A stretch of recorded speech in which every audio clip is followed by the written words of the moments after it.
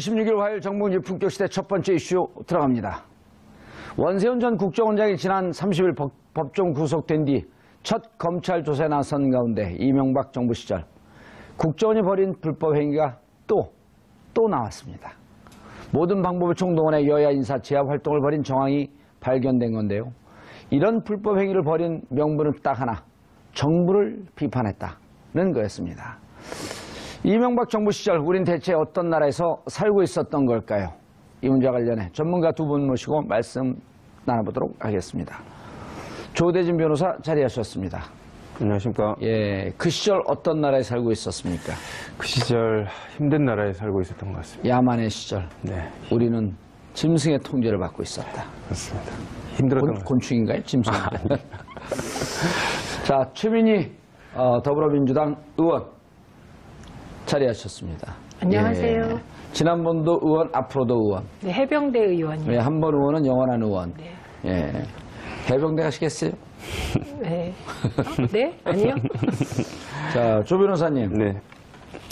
오늘 검찰 출두하는 원세훈 원장 보셨어요? 네, 뭐 그 얼굴을 좀 많이 가린 듯한 표정이긴 했는데요. 예. 그래도 이제 옆으로 나오는 언뜻 나오는 표정들은 좀 봤습니다. 예.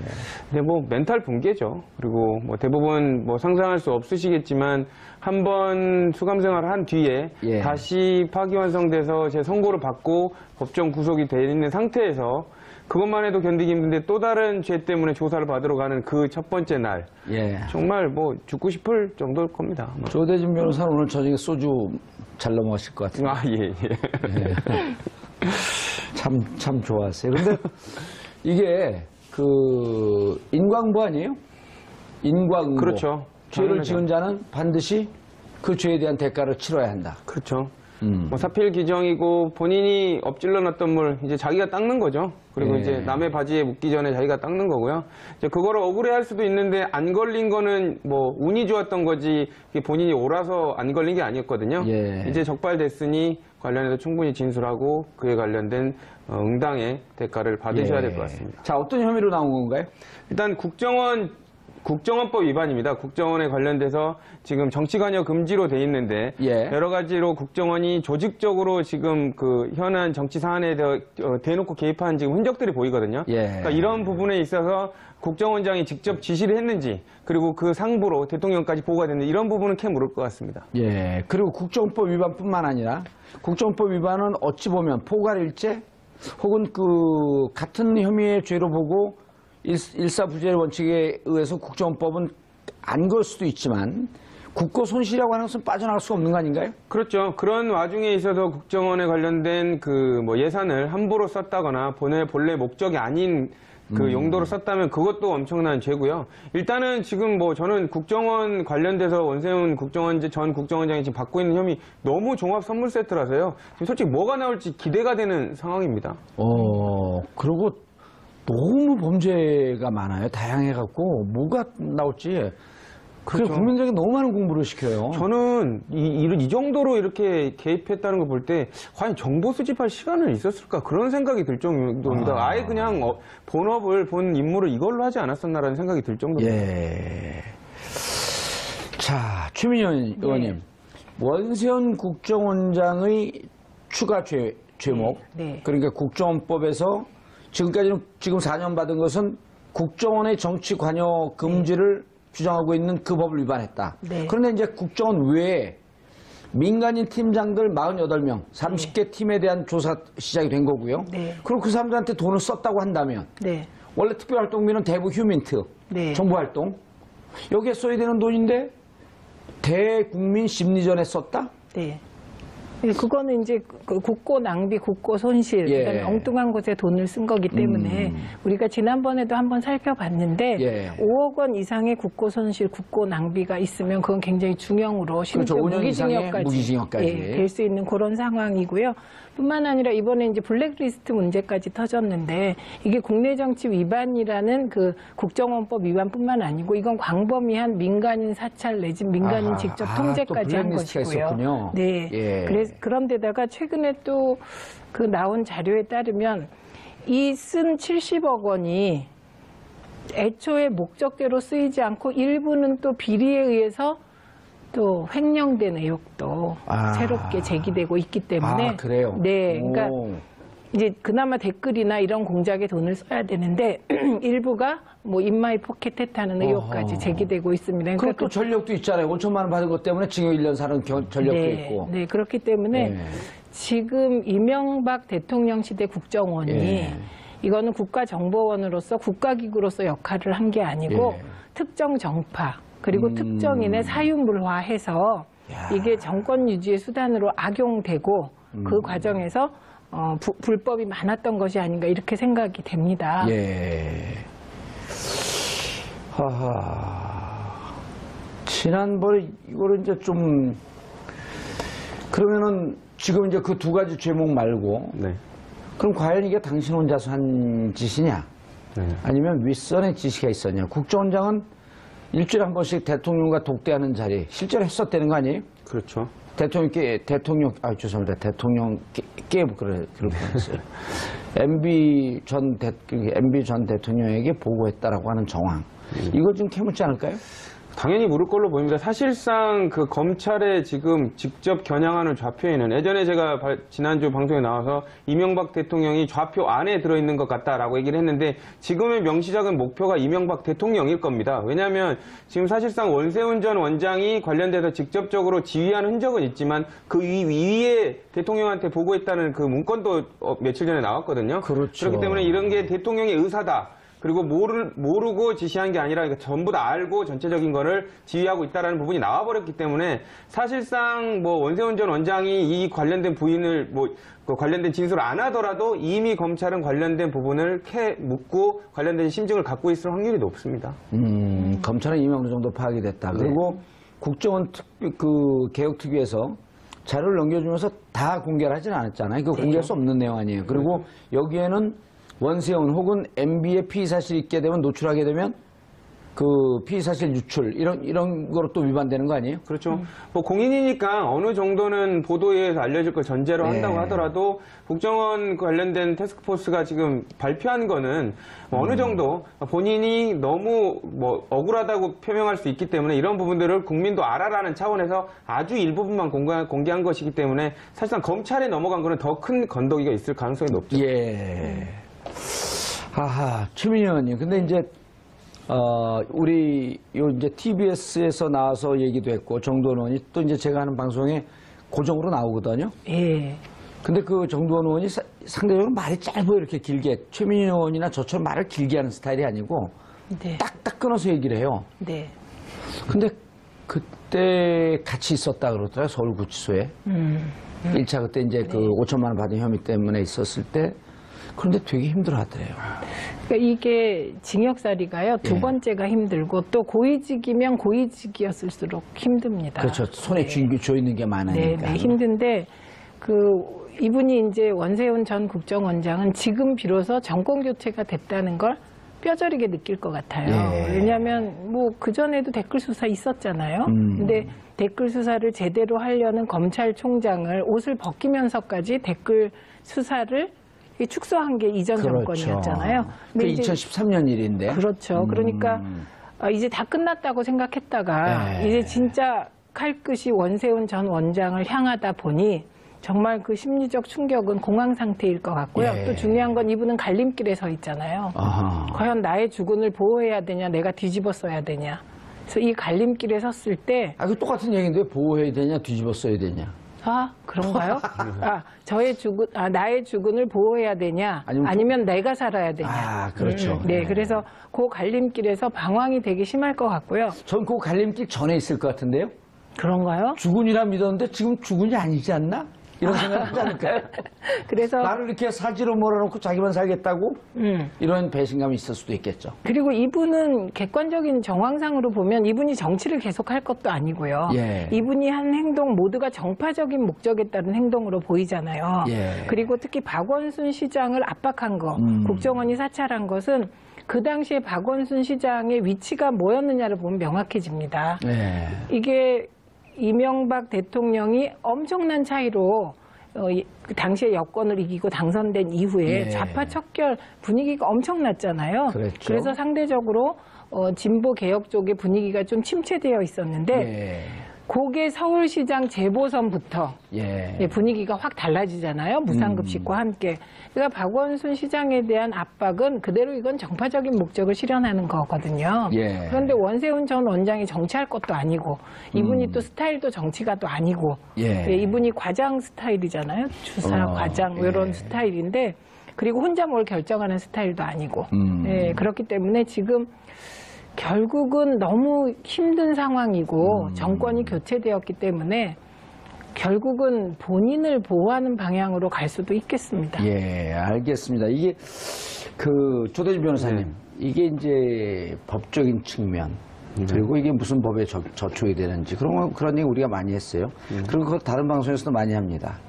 거기서 우리가 지금 똑같은 방송을 하면 그것을 천편일률적인 방송. 그렇죠. 그런 거 하려면 우리가 비싼 돈 내고 여기 왜 와 있습니까? 그렇죠. 그렇죠? 네. 자, 군대 갔다 오셨나요? 네, 만기 전역했습니다. 아, 만주 전역했는데 지금도 가끔씩 꿈을 꾸죠. 아유, 뭐 지금도 눈 떠보면 뭐 다시 병영에 있는 것 병영 같고. 첫날 예. 그런 악몽을 꿉니다.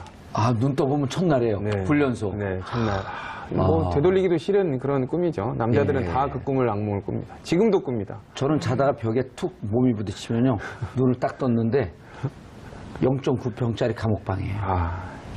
더 큰 트라우마가 되신 예. 거죠. 예. 그럼 소리를 지르면서 딱 깨요. 그런데 원세훈 원장은 꿈이 아니라 현실이야. 그렇죠. 다시 군대 간다라고 하는 만배의 고통이 있다고 하면 어떻게 하시겠어요? 그거는 아마 선택의 여지가 없죠. 그러니까 그거를 뭐 없앨 수 있으면 뭐든지 다 한다고 할 겁니다. 윗선을 푸십시오. 조대진 변호사님. 그러겠어요, 당장? 저는 뭐 그런 만배의 일을 고통.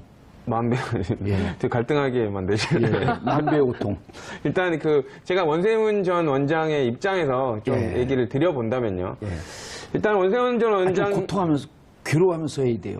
괴로워합니다. 예, 그러면 이거 밴딩 머신처럼 원세훈 전 입장에서 내가 그 생각을 얘기한다면 그러면 좀 이게 영혼 없는 답변 같아요. 제가 연기력이 좀 떨어져서 그래도 호남뿐이라고 연기력이라고 안 하고 연기력. 연기력입니다. 예. 어쨌든 그 원세훈 전 원장은 본인이 뭐 주군을 살리고 뭐 본인이 독박을 쓴다라고 생각하고 싶더라도 변호인이 말리게 돼 있습니다. 변호인이 그럴 거면 저 차라리 사임하고 저한테 변론을 부탁하지 마십시오. 하나만한 게임이 돼버릴 테니까 이야. 본인이 저를 변론을 맡기실 거면 이러면 다 독박 쓰면 그냥 뭐 여기서 그냥 오래 계셔야 됩니다라는 예. 얘기를 할 테니 그런 상황에서 더더군다나 주군에 대한 믿음이 약간이라도 흔들리기 시작하면 술술술술 나오게 돼 있는 거예요. 예. 이런 얘기를 들어야지 품격 시대예요. 그러니까 걷잡을 수 없이 둑이 한 번 터지기 시작하면 예. 걷잡을 수 없이 되는데 그 둑이 터질 땐 아주 작은 구멍에서 터집니다. 그렇죠. 돌 하나 빠진 데서. 그렇죠. 예. 그 돌 하나를 변호인이 뺄 테고 본인이 뺄 테고 가족이 뺄 겁니다. 오늘 걷는데 몸이 유난히 휘청휘청해요. 이거는 등이 굽으셨더라고요. 예, 등이 굽어졌고 이거는 심리적으로 상당히 무너져 있다라고 하는 당연하죠. 예. 변호인을 접견을 하고 왔을 겁니다. 그래서 당사자가 이미 재수감돼 있는데 추가 기소돼가지고 나오는 피고인들이 첫 번째 변호인한테 물어보는 거. 이게 어느 정도 크기고 내가 더 얼마 정도 살 것 같냐를 물어봅니다. 예. 그러면 그 변호인이 답변을 하죠. 어느 방향을 선택하시겠습니까? 그러고 물어봤을 거고 그러면 본인이 더 좀 덜 사는 방향을 선택했다면 저 자세가 될 수밖에 없는 거죠. 나는 이제 검찰한테 숙여야 되는 입장이다. 예. 라고 이제 생각을 하고 나왔기 때문에 저런 저 자세가 나오지 않았나라는 생각이 듭니다. 아니 우리 그 과거에 학생운동하고 들어갔을 때 어떻게 하시겠습니까? 그러면은 여기서 10년을 썩 들여도 나는 그쵸, 전두환 군사독재정권에 예, 민주화와 통일을 위해 이 한 목숨 초계와 같이 바치리. 15년 나올 것 같은데요? 그래도 그때는 그랬습니다. 네. 지금도 지금은 안 들어갈 겁니다. 지금도 놓지도 않아요. 네, 제가 그리고 감옥 가고 싶어 이거 안 하잖아요. 네, 그리고 지금 원세훈 전 원장 같은 경우는 예. 지켜야 될 무엇이 없잖아요. 가치지향적인 분이 아니잖아요.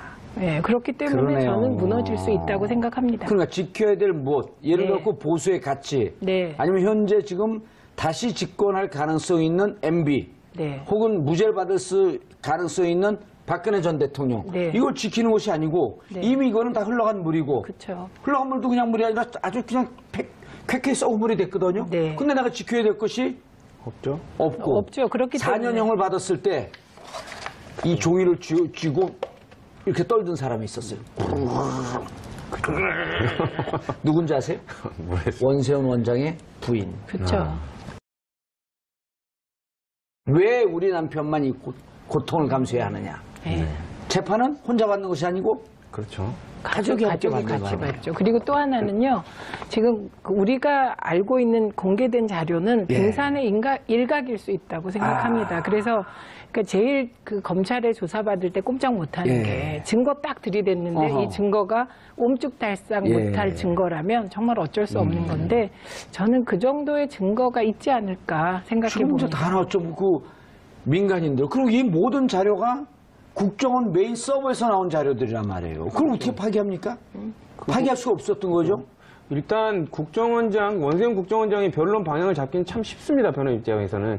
그러니까 자기 위에 상급자가 있기 때문에 그 상급자가 나의 가치관과 다르게 일방적으로 밀어붙였기 때문에 나는 국정원장이었지만 수동적으로 따를 수밖에 없었다라는 것만 주장을 일관되게 하면 예. 모든 관련된 책임은 재판부도 이명박 대통령한테 갈 것이고 선례가 있었잖아요. 우병우. 김기춘. 그리고 그렇죠. 우병우. 아하. 또 비슷한 재판이 지금 이루어지고 있는 그 분위기도 원세훈 국정원장이 어떻게 마음먹냐에 따라서 충분히 이용할 수 있는 정황적 분위기입니다. 예. 원세훈 그 국정원장 변호사 네. 무료로 내가 저- 하겠다. 저는 저의 가치관과 안 맞는 사람은 수만금을 줘도 하지 않습니다. 아 멋지십니다. 예. 아니, 그리고 또 이거 방송해야 되기 때문에 바빠서 못해요, 네, 그거를. 그렇습니다. 예. 자, 정도원 의원이 그런 얘기를 했어요. 빨리 무너질 것 같다. 감옥 살기 힘들어서 곧 얘기할 것 같다. 근데 저는요, 빨리 지금 한반도도 좀 위기 상황이고, 예. 그리고 그러니까 빨리 지금 진실을 밝히시고, 그렇죠. 예, 이 사안을 빨리 끝냈으면 좋겠습니다. 이게 애국하는 길인 것 같아요. 예, 그래, MB 문제 빨리 털고 가야죠, 네, 우리가. 네. 그리고 갈 사람들이 이게 이런 거 비정상의 정상화라고 하는 것은 네. 뭐냐면 감옥 갈 사람은 가고 안 갈 사람은 안 가고 네. 그렇습니다. 그런 거죠. 주민이 원도로 지금 감옥 가라면 이상하잖아요. 그렇죠. 근데 얘도 들지 말아주세요. 고통스럽죠? 네. 예. 아니, 오늘 검은 옷을 입고 오셨고 또. 아, 네. 파란 나비이신. 네, 저 네, 파란색인데, 파란- 예. 여기 파란색. 알겠습니다. 그런데 이제 그러면, 상당히 MB 측에서 지금 불안해하는 것 같다라고 하는 얘기까지 했어요? 네. 정도원 의원이? 네. 저는 보기에는 변호사들도 이제 어떤 부분이 이제 누군가가 기소가 되고 조사를 받을 때 주변 사람들의 반응을 보면 대충 그림이 나옵니다. 예. 만약에 이명박 대통령이 전혀 MB 측이 문제가 없고 본인이 관여한 흔적이 없었다면 입장을 내놓을 필요도 없거든요. 근데 예. 부산을 떠는 거 이게 오히려 더 의심스럽습니다. 야, 그런데 MB 측근이라고 하는 분들이 곧 입장 표명을 할 것 같다. 본인이 할 가능성도 있다고 하는 거죠? 예, 본인이 입장 발표해야 되겠죠. 어떤 입장, 억울하다 그럴까요? 이게 대통령이 모르고 나라가 이렇게, 이건 박근혜 국정농단은 비교가 안 될 정도로 정말 전방위적으로 이게 들어왔단 말이에요. 저는 대충 그 헤드라인이라고 하잖아요. 예. 우리가 옛날엔 야마라고 했는데 그게 이런 걸 것 같아요. 예. 첫째는 정치 보복이다. 네, 그래서 지금 할 내용도 국정원이 왜 되게 그 노무현 전 대통령에 관한 그 마타도와 방향을 정했잖아요. 예. 그게 키워드가 두 개입니다. 예. 하나가 뇌물이라는 키워드고요. 아하. 또 하나가 가족 책임이라는 키워드입니다. 아. 그래서 저는 요 키워드 플러스 정치 보복을 다시 활용할 것 같습니다. 예. 그런데 그게 별로 국민들에게 먹힐 것 같지는 않습니다. 예. 일단 2009년 10월 10일, 그 다음에 2010년, 2011년, 요거를 조금만 정리를 좀 해주시죠. 그때 어떠한 MB 국정원의 비방전 지시와 실행했던 내용들. 예, 구체적으로 좀, 최 의원님, 좀 정리 좀 해주시죠. 네, 이게 2009년 5월에는요. 예. 화면에 곧 뜰 수도 있는데 2009년 5월에는 예, 화면에 떴네요. 예. 이상돈의 비판 퇴출을 유도하는 심리전을 전개할 것을 구체적으로 지시합니다. 예. 예. 그리고 조치사항이라고 되어 있는 거 보면 실천했다는 거예요. 아하. 그대로 지시사항대로 이상돈을 비판하는 심리전을 전개했다는 겁니다. 예. 그다음에 2009년 5월에 또 노 전 대통령께서 서거하잖아요. 그러니까 예. 그 서거의 책임이 좌파에 있다는 점을 알릴 수 있는 논리를 개발하라. 예. 이런 지시가 5월 29일 날 내려오고요. 그래서 저거는 정말 끔찍하네요. 그쵸? 노무현 전 대통령 서거한 게 온 국민이, 많은 국민들, 대다수 국민들이 슬픔에 빠져 있는데 저것을 좌파했다는 것을 알릴 수 있는, 저거는 감정 마비 증상 아니에요, 저렇게 되면? 네, 저거는 사실은 악한 마음입니다. 예. 사악한 마음. 그런데 그대로 실천합니다. 노 전 대통령 자살 관련 좌파 매체 분열상을 활용해서 사이버 심리전을 전개합니다. 실제로. 예. 그리고 2010년 9월에는요. 박지원 의원의 김황식 총리 후보 폄훼 책동을 강력 규탄하라. 이때 이제 2010년이면 박지원 대표가 활약하실 때잖아요. 예. 그리고 이것도 실제로 사이버 심리전이 전개됩니다. 그리고 이게 이제 지시가 내려오면 보니까 대개 한 4일이나 5일 있다가 실천에 들어간 게 확인이 되고요. 2011년 1월에는 문제 인물들의 비리, 종북 실체 등을 적나라하게 폭로해서 확산시킬 것. 예. 근데 요 문제 인물들이요, 범위가 좀 넓어집니다. 이게 한나라당 안상수, 홍준표, 민주당 박지원, 언론인 윤창중, 기타 이상돈, 조국 등 13명에 대해서 트위터 여론전이 실시됩니다. 이건 뭐예요? 왜 한나라당 안상수, 홍준표 이런 분들도 들어가죠? 이거는요, 당시 MB 정권을 비판하면 무조건 여야 대상이 된 겁니다. 여야 상관없이. 이른바 팀킬이네요, 이거는. 그렇죠. 네. 네.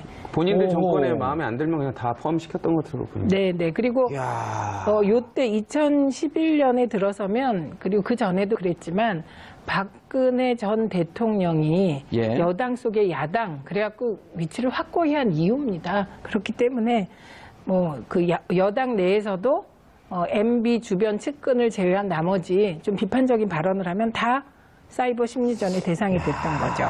그리고 총선 앞두고 이제 총선 얼마 안 남았으니까 연말 대선을 위해서도 하자. 그래서 심리 전단이 본격적으로 활동하고요. 예. 트위터 전담팀이 2012년 2월에 생깁니다.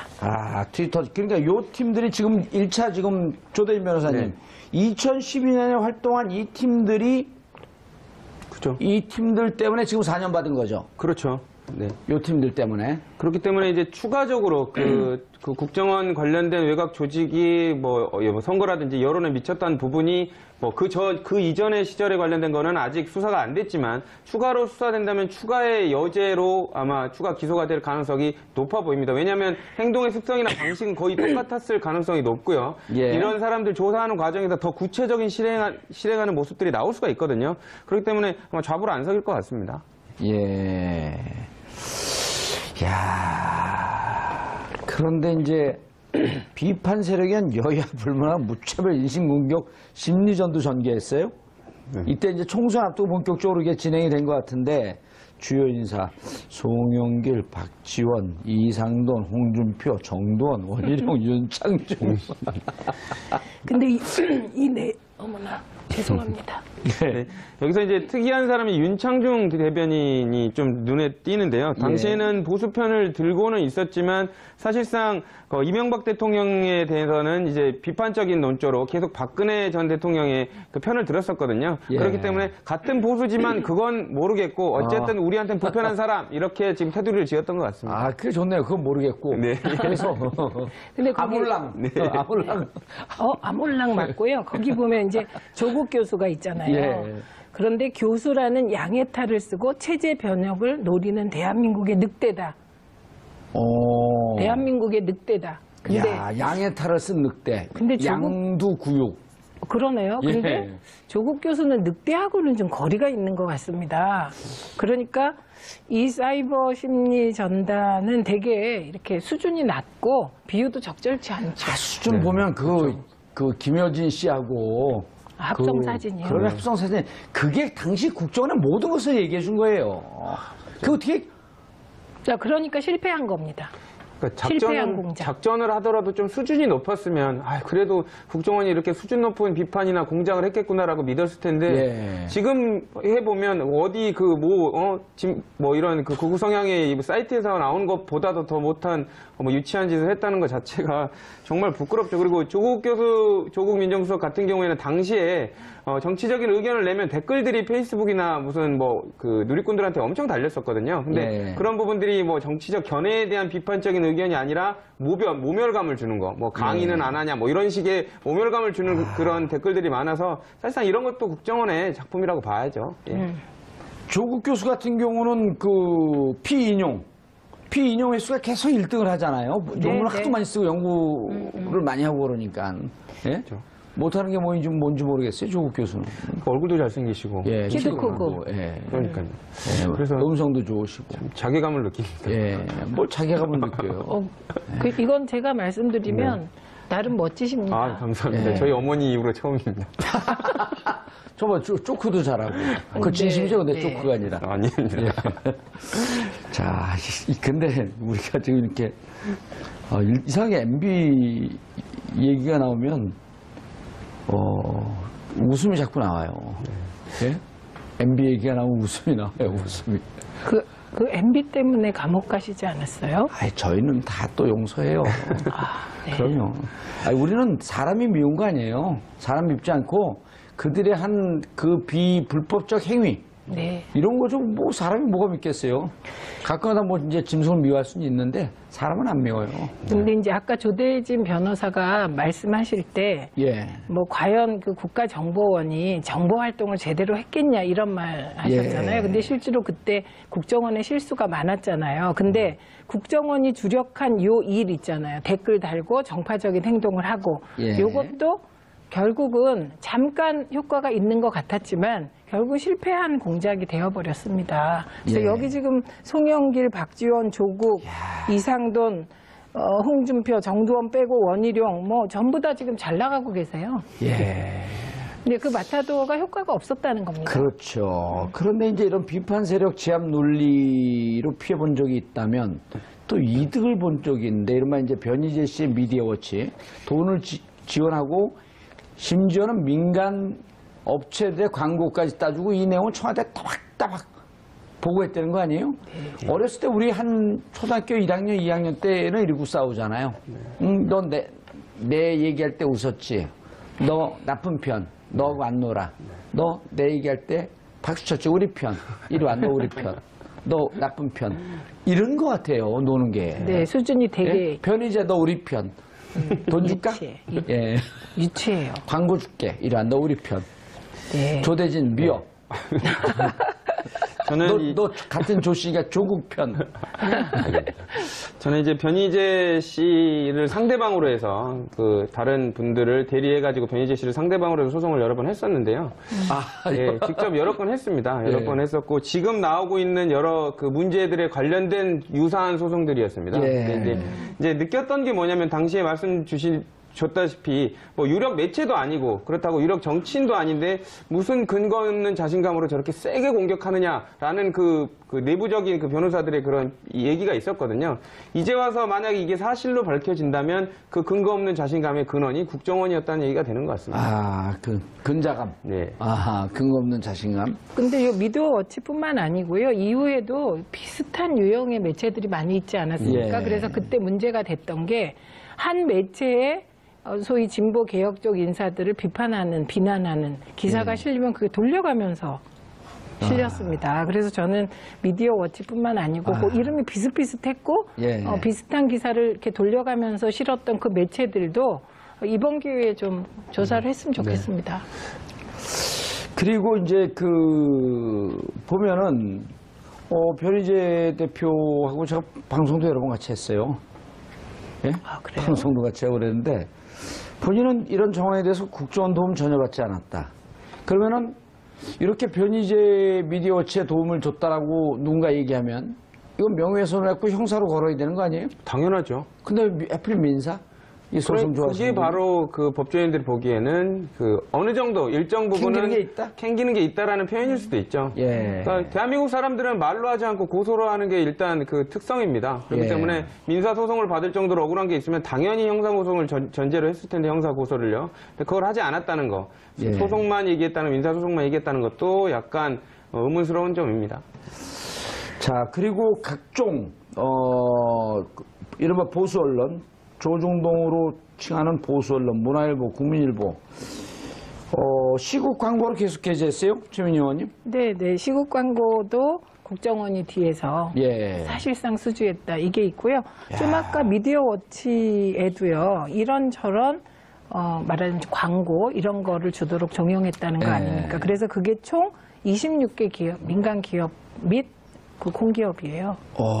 그리고 이거는 저희가 그때 일부 인터넷 매체가 좀 정체불명의 매체들이 있었는데 맞아요. 거기에서 의외로 막 공영방송의 그 지배주주, 그러니까 예. 공영방송의 지배구조에 광고도 받고 막 그랬어요. 예. 그래서 그때 이런 일이 어떻게 있을 수 있나. 그런데 그게 지금 다 드러나는 거죠. 그러니까 매체가 되게 매체 규모가 있잖아요. 그럼 예. 그 매체 규모에 맞는 광고가 들어오는 거잖아요. 그런데 매체 규모에 걸맞지 않는 큰 기업의 광고를 따고 어허. 이런 것은 맞아요. 네, 그런 일이 비일비재했습니다. 근데 그때 이상하다고 생각했던 것들이 지금 전부 다 국정원이 공개한 문건으로 확인되는 과정입니다. 그러니까 이런 게 사실은 그 조대인 변호사님 이렇게 시국 광고를 내요? 이게 대북 무슨 정보, 휴민트 활동 이런 등등과 관계가 있나요?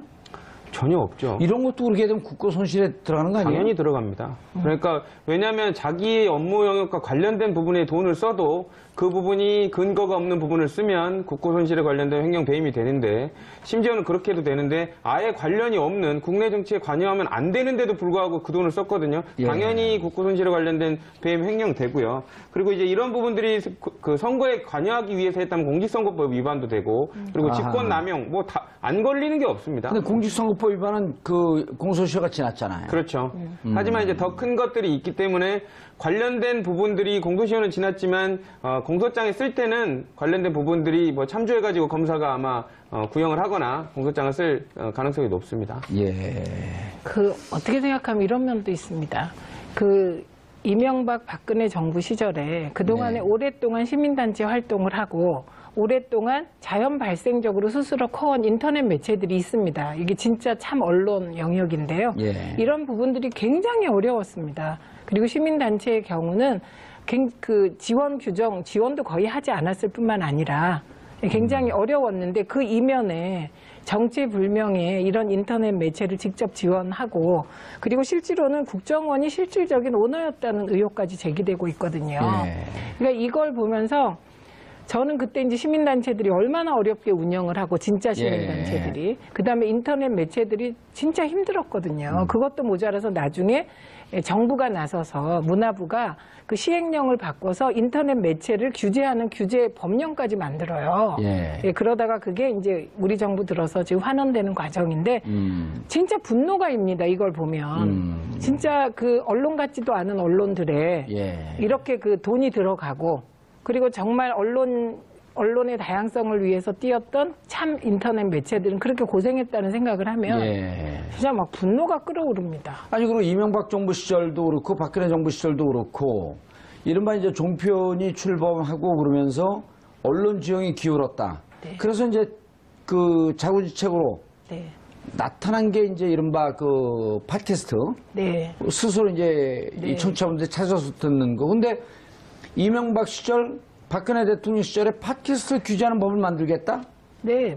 라고 하면서 계속 시도를 했잖아요. 그렇죠. 먹검수 등이 예. 정말 굉장히 고마운 분들입니다. 그런데 모수. 네, 먹검수, 나모수. 예. 네. 그런데 이제 그런 인터넷상의 자유로운 소통, 예. 그걸 막기 위해서 별짓을 다 했고요. 그다음에 그 소위 네이버나 포탈은 어떻게 규제가 안 되는 영역이라고 봤잖아요. 예. 근데 포탈 규제법을 몇 번이나 19대 때 그때 이제 새누리당이죠. 예. 새누리당이 올렸지만 이제 저희 당이 반대해서 번번이 좌절됐고요. 그러니까 지금 신문 장악, 방송 장악, 종편 만들어서 장악 이것도 모자라서 인터넷과 SNS 공간까지 장악하려고 했던 사건입니다, 이게. 예.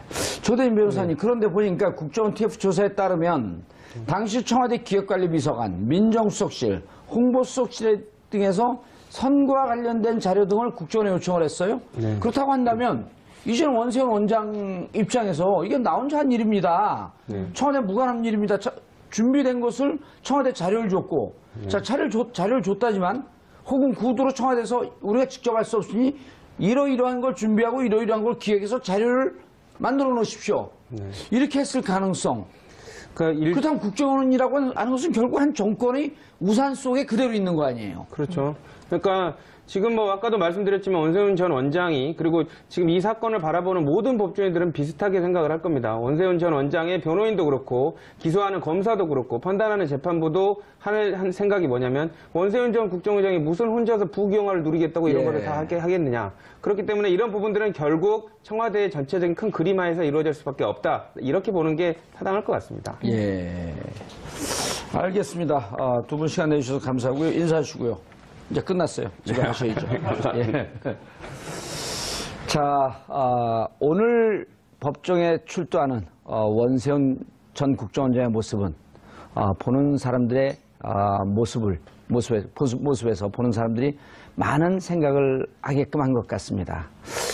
멘탈이 무너진 거 아니냐. 이제 모든 사실을 제대로 얘기할 때가 온 거 아니냐 하는 기대를 받기에 충분했습니다. 감옥 살기가 좀 힘들겠지만 역사 앞에 진실을 제대로 밝히는 그런 마지막 용기를 원세훈 전 국정원장에게 부탁드리겠습니다. 뒤집어 써야 되냐. 그래서 이 갈림길에 섰을 때 그 똑같은 얘기인데 보호해야 되냐 뒤집어 써야 되냐. 그런가요? 나의 주군을 보호해야 되냐, 아니면 내가 살아야 되냐. 그렇죠. 네, 그래서 그 갈림길에서 방황이 되게 심할 것 같고요. 전 그 갈림길 전에 있을 것 같은데요. 그런가요? 주군이라 믿었는데 지금 주군이 아니지 않나? 이런 생각 하지 않을까요? 그래서 나를 이렇게 사지로 몰아놓고 자기만 살겠다고? 이런 배신감이 있을 수도 있겠죠. 그리고 이분은 객관적인 정황상으로 보면 이분이 정치를 계속할 것도 아니고요. 예. 이분이 한 행동 모두가 정파적인 목적에 따른 행동으로 보이잖아요. 예. 그리고 특히 박원순 시장을 압박한 거, 국정원이 사찰한 것은 그 당시에 박원순 시장의 위치가 뭐였느냐를 보면 명확해집니다. 예. 이게 이명박 대통령이 엄청난 차이로 그 당시에 여권을 이기고 당선된 이후에 예. 좌파 척결 분위기가 엄청났잖아요. 그랬죠. 그래서 상대적으로 진보 개혁 쪽의 분위기가 좀 침체되어 있었는데 예.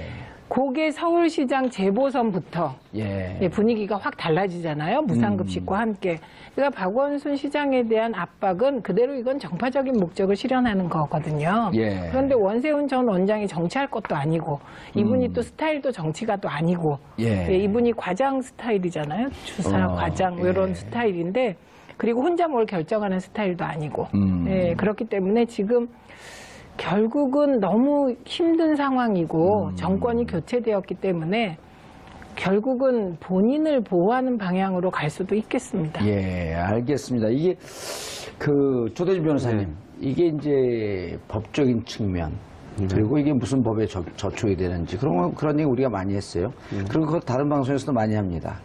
거기서 우리가 지금 똑같은 방송을 하면 그것을 천편일률적인 방송. 그렇죠. 그런 거 하려면 우리가 비싼 돈 내고 여기 왜 와 있습니까? 그렇죠. 그렇죠? 네. 자, 군대 갔다 오셨나요? 네, 만기 전역했습니다. 만기 전역했는데 지금도 가끔씩 꿈을 꾸죠.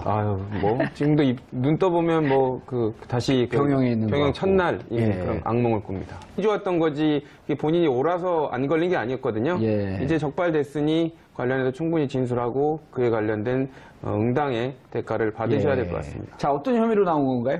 일단 국정원법 위반입니다. 국정원에 관련돼서 지금 정치관여 금지로 돼 있는데 예. 여러 가지로 국정원이 조직적으로 지금 현안 정치 사안에 대놓고 개입한 지금 흔적들이 보이거든요. 예. 그러니까 이런 부분에 있어서 국정원장이 직접 지시를 했는지 그리고 그 상부로 대통령까지 보고가 됐는지 이런 부분은 캐 물을 것 같습니다. 예. 그리고 국정원법 위반뿐만 아니라 국정원법 위반은 어찌 보면 포괄일제 혹은 같은 혐의의 죄로 보고 일사부재의 원칙에 의해서 국정원법은 안 걸 수도 있지만 국고 손실이라고 하는 것은 빠져나갈 수 없는 거 아닌가요? 그렇죠. 그런 와중에 있어서 국정원에 관련된 예산을 함부로 썼다거나 본래 목적이 아닌 용도로 썼다면 그것도 엄청난 죄고요. 일단은 지금 저는 국정원 관련돼서 원세훈 전 국정원장이 지금 받고 있는 혐의 너무 종합 선물 세트라서요. 지금 솔직히 뭐가 나올지 기대가 되는 상황입니다. 그리고 너무 범죄가 많아요. 다양해갖고 뭐가 나올지. 그렇죠. 국민들에게 너무 많은 공부를 시켜요. 저는 이 정도로 이렇게 개입했다는 걸 볼 때 과연 정보 수집할 시간은 있었을까 그런 생각이 들 정도입니다. 아예 그냥 본 임무를 이걸로 하지 않았었나라는 생각이 들 정도입니다. 예. 자, 최민희 의원님. 원세훈 국정원장의 추가 죄목. 네. 그러니까 국정원법에서 지금까지는 지금 4년 받은 것은 국정원의 정치 관여 금지를 규정하고 있는 그 법을 위반했다. 네. 그런데 이제 국정원 외에 민간인 팀장들 48명, 30개 팀에 대한 조사 시작이 된 거고요. 네. 그리고 그 사람들한테 돈을 썼다고 한다면 네. 원래 특별활동비는 대북 휴민트, 네. 정보활동 여기에 써야 되는 돈인데 대국민 심리전에 썼다? 네. 그거는 이제 그 국고 낭비, 국고 손실, 예. 그다음에 엉뚱한 곳에 돈을 쓴 거기 때문에 우리가 지난번에도 한번 살펴봤는데 예. 5억 원 이상의 국고 손실. 16일 화요일 정봉주 품격시대 첫 번째 이슈 들어갑니다. 원세훈 전 국정원장이 지난 30일 법정 구속된 뒤 첫 검찰 조사에 나선 가운데 이명박 정부 시절 국정원이 벌인 불법 행위가 또 나왔습니다. 모든 방법을 총동원해 여야 인사 제압 활동을 벌인 정황이 발견된 건데요. 이런 불법 행위를 벌인 명분은 딱 하나, 정부를 비판했다는 거였습니다. 이명박 정부 시절 우린 대체 어떤 나라에서 살고 있었던 걸까요? 이 문제와 관련해 전문가 두 분 모시고 말씀 나눠보도록 하겠습니다. 조대진 변호사 자리하셨습니다. 안녕하십니까. 예, 그 시절 어떤 나라에 살고 있었습니까? 그 시절 힘든 나라에 살고 있었던 것 같습니다. 야만의 시절. 네, 우리는 짐승의 통제를 받고 있었다. 그렇습니다. 힘들었던 것 같습니다. 곤충인가요? 짐승인가요? 자, 최민희 더불어민주당 의원 자리하셨습니다. 안녕하세요. 예, 지난번도 의원, 앞으로도 의원. 네, 해병대 의원이요. 예, 한 번 의원은 영원한 의원. 네. 예, 해병대 가시겠어요? 네. 네? 아니요? 자, 조 변호사님. 네. 오늘 검찰 출두하는 원세훈 원장 보셨어요? 네, 뭐 그 얼굴을 좀 많이 가린 듯한 표정이긴 했는데요. 예. 그래도 이제 옆으로 나오는 그 언뜻 나오는 표정들은 좀 봤습니다. 예. 근데 뭐 멘탈 붕괴죠. 그리고 뭐 대부분 뭐 상상할 수 없으시겠지만 한 번 수감 생활을 한 뒤에 예. 다시 파기환송돼서 제 선고를 받고 법정 구속이 돼 있는 상태에서 그것만 해도 견디기 힘든데 또 다른 죄 때문에 조사를 받으러 가는 그 첫 번째 날 예. 정말 뭐 죽고 싶을 정도일 겁니다. 아마. 조대진 변호사는 오늘 저녁에 소주 잘 넘어가실 것 같아요. 아, 예, 예. 참 좋아하세요. 근데 이게 그 인과응보 아니에요?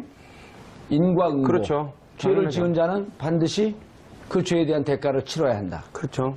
뭐 사필 규정이고 본인이 엎질러 놨던 물 이제 자기가 닦는 거죠. 그리고 예. 이제 남의 바지에 묻기 전에 자기가 닦는 거고요.